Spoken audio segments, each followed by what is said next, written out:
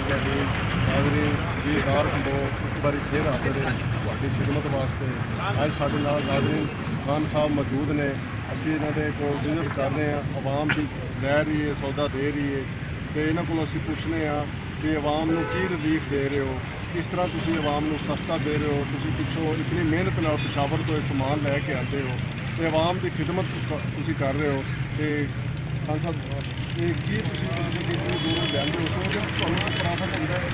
Profit तो है, लेकिन जो पहले प्रॉफिट था वह भी नहीं। अच्छा, भगवान भी इतना परेशान है महंगाई से, इसलिए जब सीधे नहीं रखते वो आपने खाने के लिए वैसी चीज़ ही नहीं। ठीक है। 150 वो भी बड़ा मुश्किल से, जो पहला में बचत हो रहा था 200-300, अभी वो 150 भी बड़ा मुश्किल से हम कमा। अच्छा,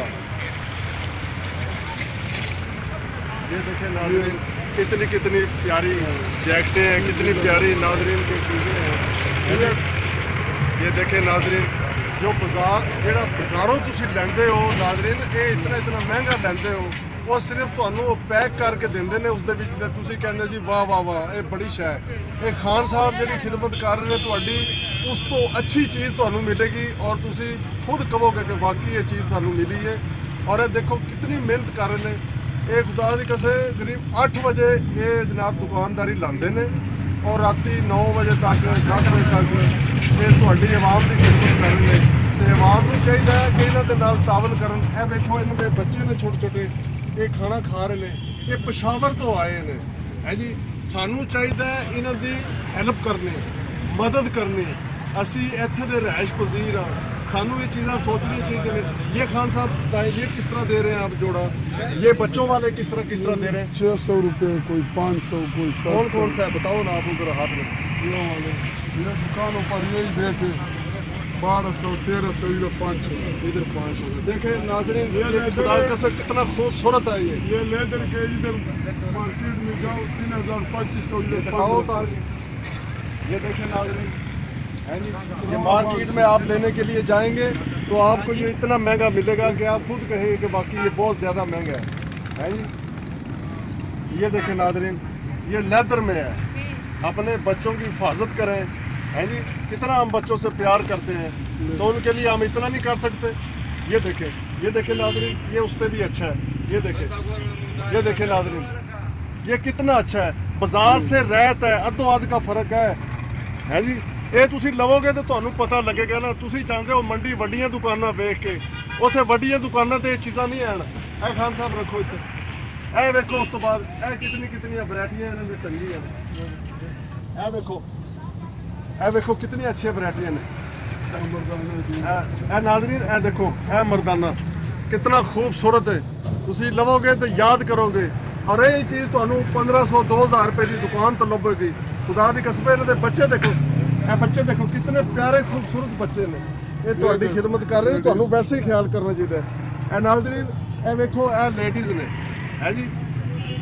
ਇਸ ਸਰਦੀ ਦੇ ਮੌਸਮ ਤੋਂ ਬਚਣ ਵਾਸਤੇ ਖਾਨ ਸਾਹਿਬ ਦੇ ਨਾਲ ਰਜੂ ਕਰੋ। ਇਹ ਵੇਖੋ, ਇਹ ਨਾਜ਼ਰੀਨ ਇਹ ਵੇਖੋ ਤੁਹਾਡੇ ਕਿੰਨੇ ਖੂਬਸੂਰਤ ਨੇ। ਇਹ ਮੈਂ ਤੁਹਾਨੂੰ ਸਾਰੀ ਵੈਰਾਈਟੀ ਇਹਨਾਂ ਦੀ ਖਾਨ ਸਾਹਿਬ ਦੀ ਦਿਖਾ ਰਿਹਾ। ਇਹ ਦੇਖੋ, ਇਹ ਸਾਡੀਆਂ ਬੀਬੀਆਂ ਵਾਸਤੇ ਇਹ ਕਿੰਨੇ ਅੱਛੇ ਸੂਟ ਟੰਗੇ ਨੇ ਹੈ ਜੀ। ਇਹ ਦੇਖੋ ਉੱਤੇ ਨਾਜ਼ਰੀਨ, ਇਹ ਲੈਦਰ ਦੇ ਸੂਟ ਨੇ। ਇਹ ਬਾਜ਼ਾਰ ਦੇ ਵਿੱਚ ਤੁਸੀਂ ਲੈਣ ਜਾਂਦੇ ਹੋ, ਇਹ ਇਤਨਾ ਮਹਿੰਗਾ ਜਿਹਦਾ ਕੋਈ ਅੰਦਾਜ਼ਾ ਨਹੀਂ ਹੈ। ਅਗਰ ਤੁਸੀਂ ਇਹਨਾਂ ਕੋਲੋਂ ਪਰਦੇਸੀਆਂ ਕੋਲੋਂ ਖਰੀਦੋਗੇ ਤੇ ਤੁਹਾਨੂੰ ਰਿਆਇਤ ਵੀ ਦੇਣਗੇ, ਮਾਲ ਮਟੀਰੀਅਲ ਵੀ ਅੱਛਾ ਹੈ।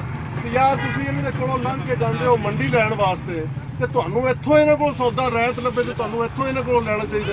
ਤੁਸੀਂ ਕਿਉਂ ਇਤਨੀ ਦੂਰ ਜਾਂਦੇ ਹੋ ਹੈ? ਔਰ ਕਿਤਨੇ ਪਿਆਰ ਨਾਲ, ਕਿਤਨੇ ਖੁਸ਼ ਇਖਲਾਕ ਨਾਲ ਖਾਨ ਸਾਹਿਬ ਸੌਦਾ ਦੇ ਰਹੇ ਨੇ। और बच्चों वास्ते देखो खुदा दी कसम, बाहर देखो कितनी वैरायटियां टंगियां ने। देखो कितनी प्यारियां जैकटा ने इन्होंने है जी। ये खान साहब ये जैकेट कितने दे रहे हो? 900 रुपये का है। ये मैं बाजार पता किया सी, ये 2500 रुपये की जैकेट सी।